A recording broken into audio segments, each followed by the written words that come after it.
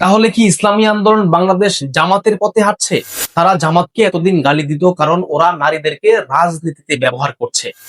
এখন তো দেখা যাচ্ছে ইসলামী আন্দোলন বাংলাদেশ নিজেরাই নারী উইংস খুলে বসেছে, থুতু ফেলে এখন নিজেরাই গিলছে, জামাতের পথেই তো হাঁটছে। প্রিয় দর্শক, বিষয়টি চূড়ান্ত ভাবে খোলাসা করা দরকার। তার আগে এই ভিডিওটি শেয়ার করে সম্পূর্ণ ভিডিওটি দেখার অনুরোধ জানাচ্ছি এবং আপনার গুরুত্বপূর্ণ মতামত জানাবেন। জামাত আর ইসলামী আন্দোলনের নারী সংগঠনের মধ্যে পার্থক্যটা হলো আসল হীরা আর কাঁচের টুকরোর মতো, দূর থেকে এক মনে হলেও কাজে কামে আকাশ পাতাল ব্যবধান। সোনালী মেডিকেল হল, স্বাস্থ্য সুরক্ষায় অনন্য সেবা কেন্দ্র, ভোলা সদর, নতুন বাজার। জামাত তো নারীদেরকে ঢাল হিসাবে ব্যবহার করছে। তাদের নারীরা অর্ধ উলঙ্গ হয়ে রাজপথে গলা ফাটিয়ে স্লোগান দেয়। মিথ্যা যেন আমাদের দেশের নারীরাই প্রমাণ করে দেখায়।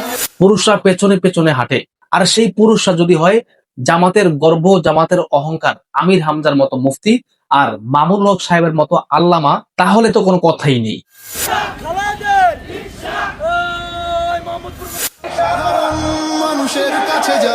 আবার দেখা যায় পুরুষের সাথে বেপর্দা ভাবে টকশোতে বসে বিতর্কের জেরে নিজের অজান্তেই ইসলামকে ছোট করে বসে। ইসলাম কায়েম করলে একটা মেয়ে যদি চায় হাফ প্যান্ট পরে চলতে পারবে সেখানে? অবশ্যই পারবে, কেন পারবে না? আচ্ছা, শরিয়া আইন এমন কোনো আসমান থেকে আসা জিনিস না যেটাকে আপনি ওভারনাইট এখানে এসে সবকিছু বদলে দিতে হবে, বিষয়টা সেটা না। এটাকে কি ইসলাম বলা যায়? এটা তো পশ্চিমা রাজনীতির ইসলামী সংস্করণ। কিন্তু ইসলামী আন্দোলন বাংলাদেশের নারীরা রাজপথে তামাশা হবে না। তারা পর্দার ভেতরে থেকে শুধু নারীদের কাছে দাওয়াত পৌঁছাবে, দিন কায়েমের সহযোগিতা করবে।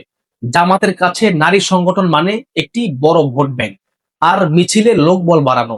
ছড়ানো হয়েছিল বিশ্ববিদ্যালয়ের ছাত্র সংসদ নির্বাচনগুলোতে। নির্বাচনের আগে জামাতের একটি নারী সমাবেশ হয়েছিল, সেখানে লোকবল বাড়ানোর জন্য পুরুষদেরকে বোরকা পরিয়ে নারী বানানো হয়েছিল, সেটা আপনারা খুব ভালো করে দেখেছেন। আর ইসলামী আন্দোলন বাংলাদেশের কাছে নারী সংগঠন মানে নারীদের কাছে নারীরা ইসলামের আদর্শ পৌঁছে দেয়া, যাতে করে মা বোনেরাও দিন কায়েমে এগিয়ে আসতে পারে।